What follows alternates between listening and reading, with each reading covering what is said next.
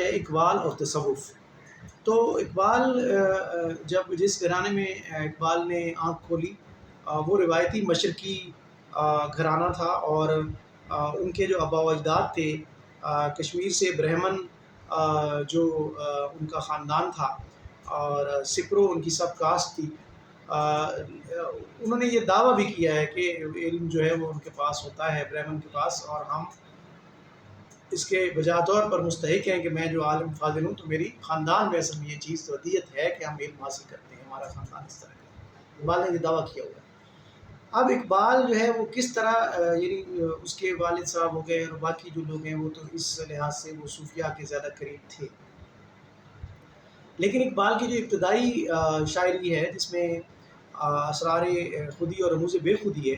اس میں اقبال جو ہے وہ چونکہ نوجوانی کا زور بھی ہے اور علم کی جو ایک فلو ہے، اور مغربی علوم خاص طور پہ جب انہوں نے پڑھے تو وہ ایک دم جو ہے وہ دور ہو گئے۔ آپ اس کو تو چھوڑیں تصوف کو، وہ تو مذہب سے بھی خود دور چلے گئے، اور انہوں نے خود کہا ہے کہ میں جب ولایت گیا تو وہاں پہ ورڈز ورتھ کی شاعری جو ہے مجھے دوبارہ مذہب کی طرف لے کے آئی، ورنہ میں بہت قریب تھا کہ میں ملحد ہو جاتا۔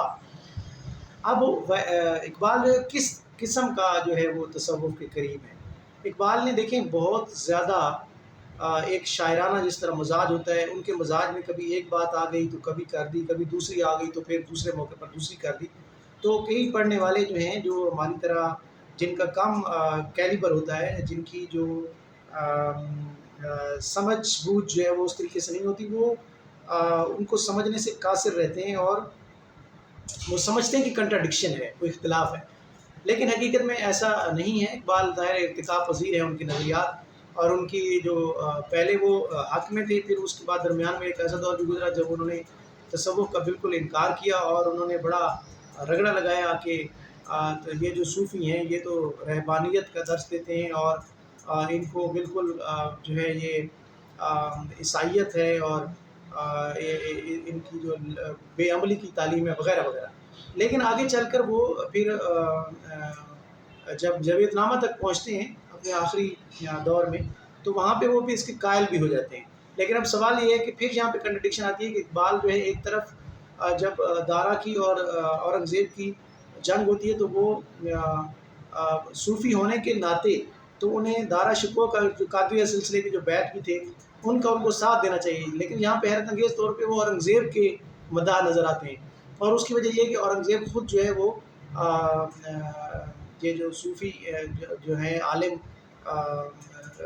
جن کے وہ ماننے والے ہیں احمد سرہندی، تو ان کے فلسفہ کو وہ مانتے ہیں، اور وہ وحدت الشہودی ہیں،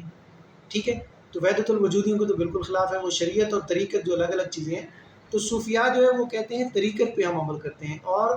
جو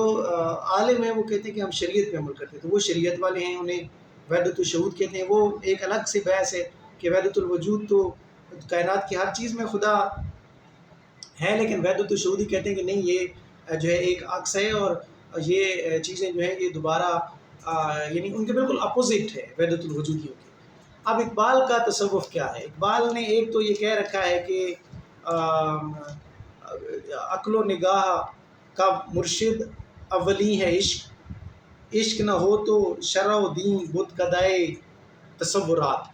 اب وہ اقبال نے عشق اور عقل کو دو الگ الگ قوتیں بتایا ہے۔ عشق جو ہے وہ قوت ہے جو آپ کی تصوف کی قوت ہے،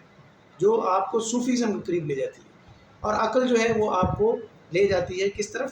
وہ آپ کو لے جاتی ہے مادیت کی طرف، جو کہ دو علم کے سرچشمے ہیں، جو میں نے آپ پہلی جو ویڈیو میں ہم نے بات کی ہے، لیکچر میں بات کی ہے۔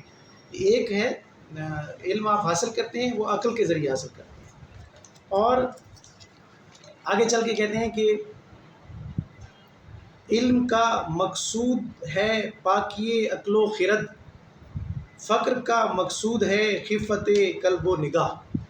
اب اس کو آپ آسانی کے لیے میں آپ کو سمجھاتا ہوں کہ وہ کہتے ہیں کہ بے خطر کود پڑا آتش نمرود میں عشق، عقل ہے محو تماشائے لب بام ابھی۔ کہ عشق سے پوچھا تو انہوں نے کہا کہ آپ لگا دیں چھلانگ، یہ وہ علم ہے جس نے کہا کہ بھئی خطرات کی کوئی بات نہیں۔ عقل سے پوچھا تو عقل نے نفع و نقصان کا بتایا، اس لیے جو ہے نا وہ عقل کا علم پورا علم نہیں ہے۔ لہٰذا ابراہیم علیہ السلام نے آگ میں کود کر جو ہے وہ اچھا فیصلہ کیا، اور وہی صائب فیصلہ تھا، لیکن عقل جو ہے اس سے الٹ اس کو مشورہ دے سکتی تھی یا دیتی ہے، وہ ایسے ہی کرتی ہے۔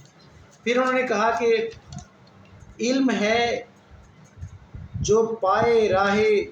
فقر ہے دنیائے راہ، علم ہے جو آئے راہ فقر ہے دانائے راہ، فقر میں مستی ثواب علم میں مستی گناہ۔ اب یہ کہتا ہے کہ جو آپ عقل کے ذریعے استعمال کرتے حاصل کرتے ہیں علم، وہ علم جو ہے وہ آپ کو کیا ہے، جوائے راہ، وہ آپ کو راہ کی جستجو دکھاتا ہے،